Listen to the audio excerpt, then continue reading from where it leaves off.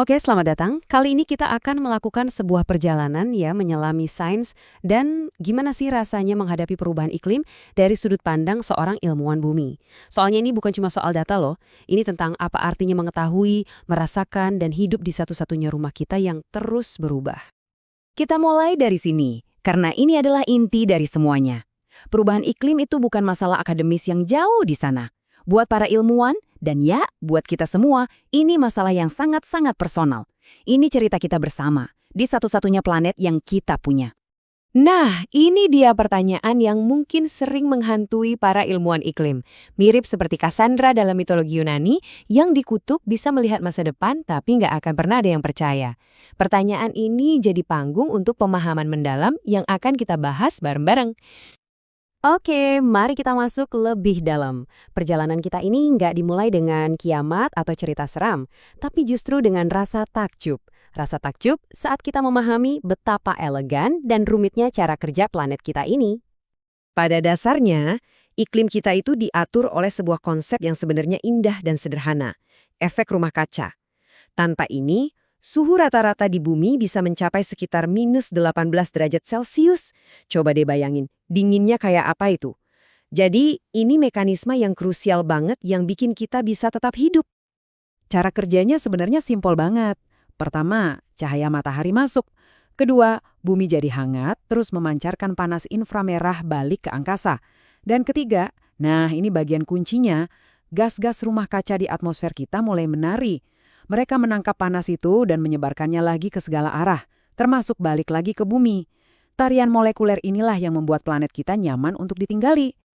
Dan disinilah letak pengetahuan yang indah sekaligus mengerikan itu. Model iklim seakan memberi kita kemampuan untuk melihat masa depan, semacam ramalan ilmiah. Tapi, pengetahuan ini juga membawa beban yang berat, apalagi kalau dunia sepertinya nggak mau mendengarkan. Sekarang, yuk kita bergeser dari keajaiban sains, kita pindah ke rasa marah dan frustrasi. Kenapa? Karena kita sebenarnya udah tahu dasar-dasar ilmu ini selama lebih dari 1 abad. Tapi kok kemajuannya rasanya lambat banget ya? Coba dia lihat lini masa ini. Kontrasnya kelihatan banget kan? Tahun 1856, Eunice Foot udah meletakkan fondasinya. Lebih dari 130 tahun kemudian, ilmuwan-ilmuwan top sudah memperingatkan Kongres AS secara gamblang.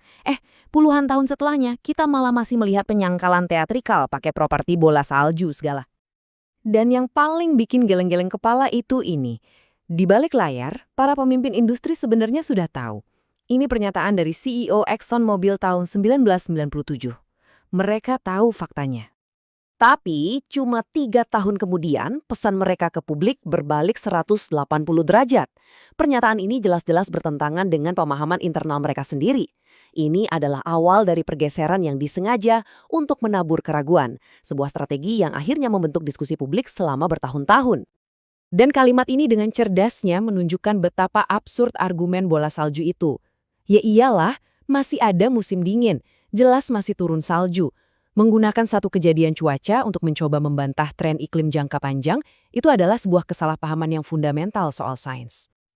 Oke, kita tinggalkan dulu drama politik, dan sekarang kita fokus ke kenyataan fisiknya. Rasa takut akan apa yang sebenarnya terjadi pada planet yang memanas, itu sekarang sudah bukan lagi teori. Angka-angka ini jujur bikin merinding. Ini bukan lagi proyeksi masa depan, ini yang sedang terjadi sekarang. Frekuensi kejadian cuaca ekstrim yang merugikan secara finansial telah meningkat drastis. Dampak perubahan iklim jadi terasa sangat nyata.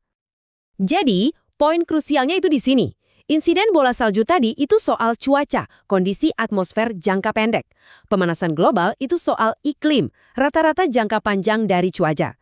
Gampangnya, iklim itu apa yang kita harapkan berdasarkan data puluhan tahun, sementara cuaca itu apa yang kita alami hari ini.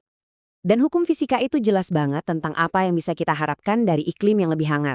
Ini bukan cuma soal suhu yang naik sedikit. Ini tentang seluruh sistem cuaca yang jadi lebih berenergi dan ekstrim, panas yang lebih menyengat, kekeringan yang lebih parah, hujan yang lebih lebat, dan badai yang makin kuat. Ancamannya datang dari berbagai sisi. Setelah melewati rasa takjub, marah, dan takut, kita sampai pada emosi yang paling penting, harapan. Tapi ini bukan harapan naif ya, melainkan harapan yang rasional, yang berakar pada kemampuan kita sendiri untuk bertindak. Coba kita lihat contoh nyata yang keren banget ini. Dulu, bensin bertimbal itu jadi krisis kesehatan masyarakat yang besar.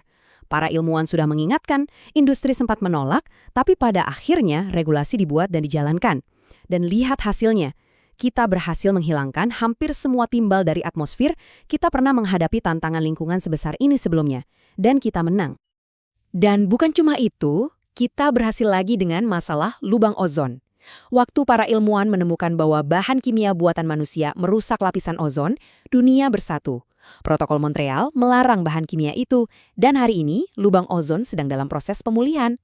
Ini bukti nyata bahwa tindakan global yang terkoordinasi bisa memecahkan masalah global. Dan ini membawa kita pada kesimpulan akhirnya.